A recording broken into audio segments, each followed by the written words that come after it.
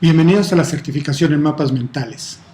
En este primer video cubriremos el primer tema de la unidad 1, origen de los mapas mentales.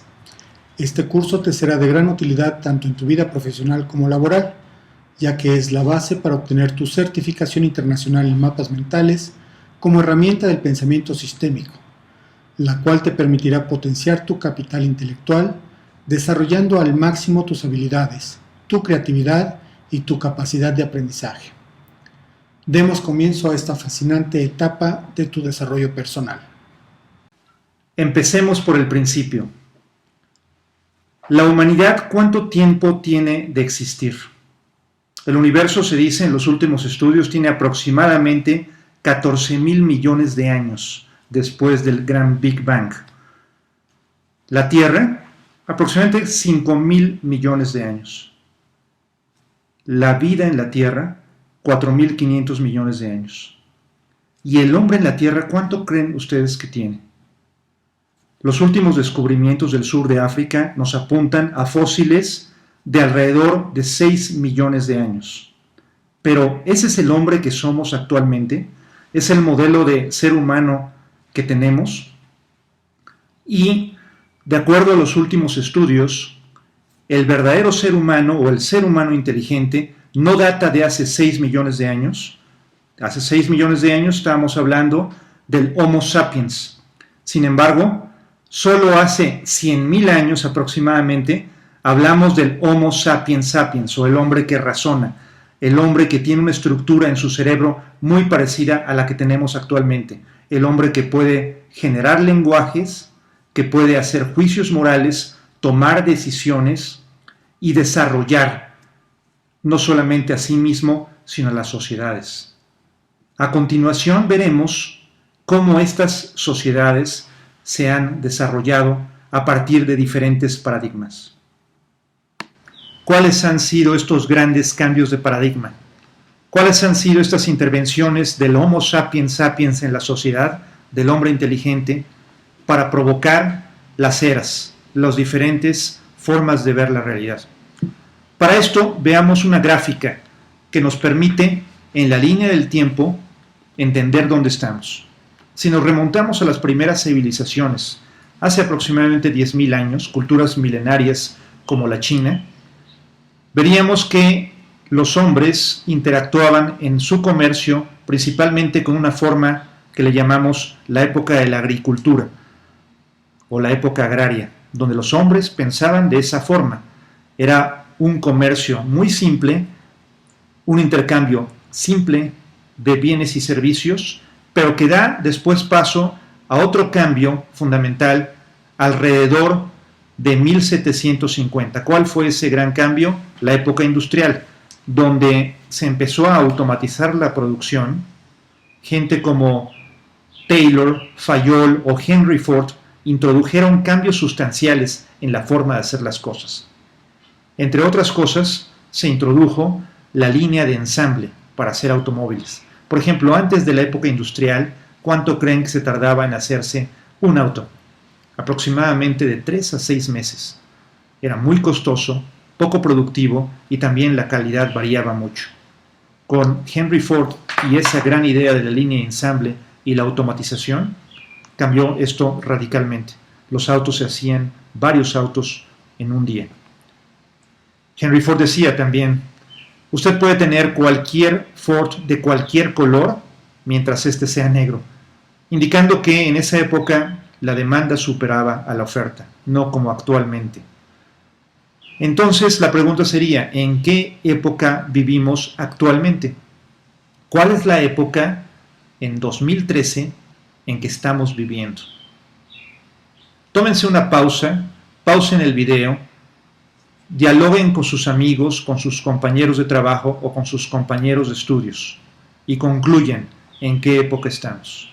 Y probablemente lo que ustedes han concluido es que estamos en la época de la tecnología, de la información, de las comunicaciones.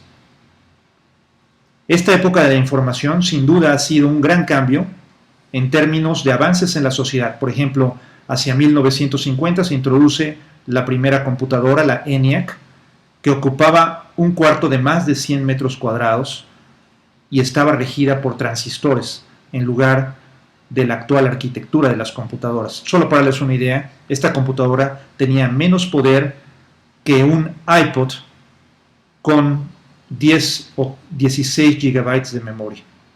Esta es en la época en que actualmente vivimos.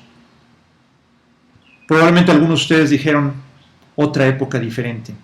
¿Qué le falta a la información para tomar todo su valor? Y diríamos que convertirse en conocimiento. El conocimiento es tomar esa información, gestionarla de tal forma que nos agregue mucho más valor en términos de su categorización, que muestre tendencias, que muestre datos o imágenes clave que nos conduzcan a entender mucho más esa información, a gestionarla y a utilizarla para el bien de los seres humanos. ¿Estamos en la era del conocimiento? Sería la gran pregunta ahora. ¿Qué le falta al conocimiento para adquirir su máximo valor? La pregunta es entonces, ¿en qué época vivimos actualmente? Primero, noten una tendencia de esta gráfica. Las eras se han comprimido. La época agraria, por ejemplo, 10.000 años, la industrial 200, la información 50, la era del conocimiento 17. ¿Qué nos quiere decir esto? ¿Que cada vez los cambios son más frecuentes? Y sin embargo, la hipótesis actual es que la era en la que estamos entrando podría ser inclusive más larga que la época agraria. Y esta era tiene que ver con el uso del conocimiento, con el desarrollo del conocimiento a plenitud. ¿Y quién es quien desarrolla ese conocimiento? El ser humano. Albert Einstein decía, imaginación es más importante que el conocimiento. El conocimiento puede fenecer, puede quedarse estático, si no se genera nuevo conocimiento. Por lo tanto, ¿quién es el que genera el nuevo conocimiento? Si no es el cerebro humano. La época en la que estamos entrando es la época de la inteligencia. Y esta época de la inteligencia promete ser, como dije, más larga inclusive que la época agraria. ¿Y por qué estamos entrando en esta época? No quiere decir que no hayamos usado nuestra inteligencia antes. Por supuesto la hemos usado, sin embargo, con los nuevos descubrimientos de cómo hurgar dentro de nuestro cerebro, entender cómo funciona este órgano maravilloso, cómo se desarrolla realmente el intelecto, es que estamos ahora capacitados para desarrollarlo a plenitud. La resonancia magnética funcional por imágenes, la tomografía computarizada por emisión de positrones, los magnetoencefalogramas e inclusive lo que se llama el conectoma humano, que intenta entender la circuitería interna que tenemos en el cerebro, cómo funciona. Todo esto ha dado paso a que entendamos qué es la inteligencia. Y entonces la primera pregunta sería, en la era de la inteligencia, ¿cómo medimos y cuánto usamos del potencial de nuestro cerebro? Para responderlo, hablando de cómo hemos medido la inteligencia, los primeros científicos que la midieron fueron, por ejemplo, Alfred Binet en 1905, quien estableció una medición basada en la edad promedio de la persona versus la capacidad de esa persona mostrada a esa edad. Y así surgió el IQ, que medía el potencial de los estudiantes para resolver problemas relacionados con la parte verbal, la parte matemática, la parte lógica y analítica. Y este IQ, que es una escala que el 100 significa la media de un grupo, esta es una escala relativa, no es una escala absoluta, y se dice que alguien que esté más arriba de 130 empieza a ser un genio, y alguien que esté abajo de 80, el término peyorativo me impediría decir cómo se le califica a este tipo de personas. Pero la realidad es que esta medida se fue usando desde 1905 y se sigue usando hasta la fecha, y es una forma de medir estas inteligencias. Entonces, la siguiente pregunta es, ¿cuánto hemos usado desde 1905 hasta la fecha? ¿Qué ha pasado con el IQ? ¿Ha decrecido? ¿Ha crecido? ¿O se ha quedado igual? ¿Ustedes qué piensan? ¿Ha decrecido? ¿Ha permanecido sin cambios? La realidad es que ha aumentado, y ha aumentado un 27%. y esto se le conoce como el efecto Flynn, gracias a un psicólogo que descubrió que con el paso del tiempo el IQ se ha cambiado.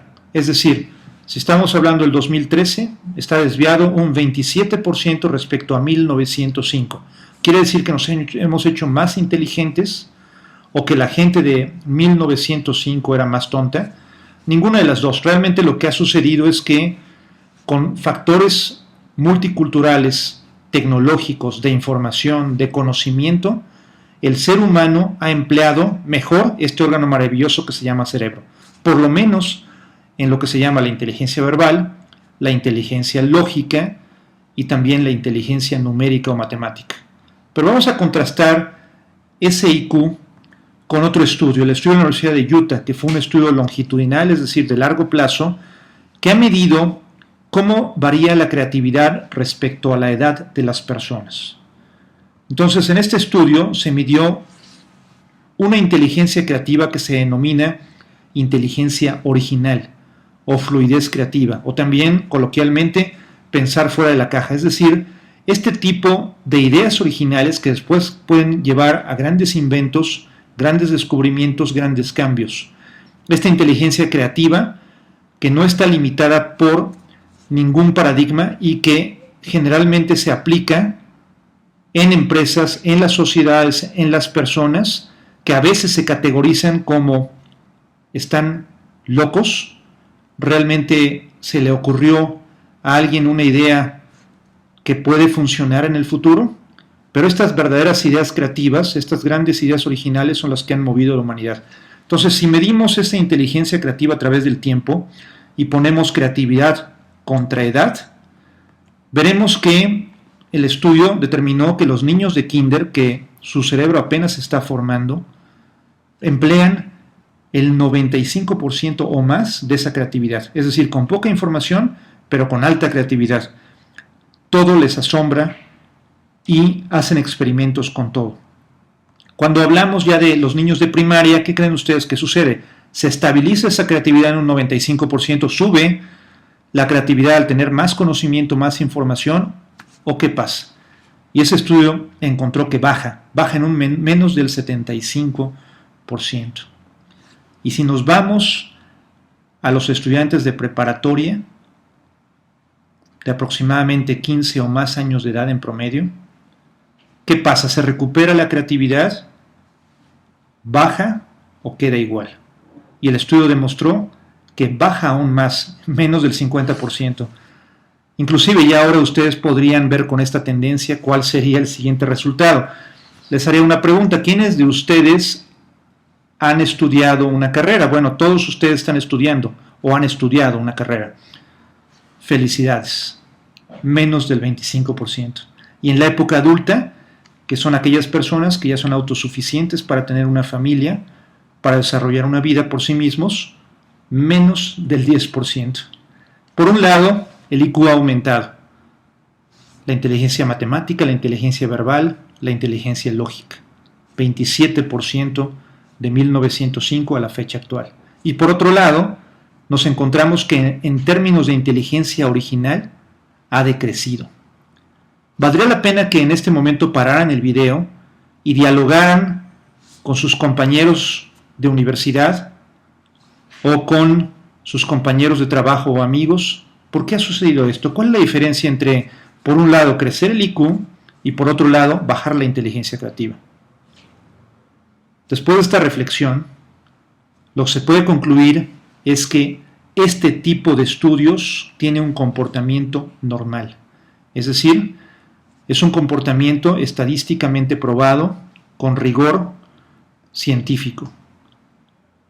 La buena noticia es que normal no es lo mismo que natural. Lo natural es que el ser humano tuviera en todo momento un crecimiento del IQ por un lado y por otro lado un despliegue de la creatividad tan bueno o inclusive mayor que los bebés. ¿Qué es lo que nos ha estado limitando y qué es lo que podría hacer un cambio en este sentido? Cuando hablamos de inteligencia creativa, está el estudio Utah, pero si nos vamos a resultados normalizados en otro tipo de inteligencias, como la inteligencia que tiene que ver con el aprendizaje, la memoria y la creatividad, podemos concluir que usamos menos del 1% de nuestro potencial intelectual en términos de aprendizaje, memoria y creatividad. Este podría ser un resultado muy malo. Sin embargo, si cambiamos de perspectiva, no lo es. ¿Por qué? Porque tenemos mucho por avanzar. Tenemos un 99% o más por desarrollar. Y hoy que sabemos cómo utilizar el cerebro y que contamos con nuevas herramientas, esto es factible. La certificación, como objetivo primordial, está en proveerles una herramienta que desarrollará las múltiples inteligencias y el capital más importante que ustedes tienen, el capital intelectual. Y esta metodología son los mapas mentales.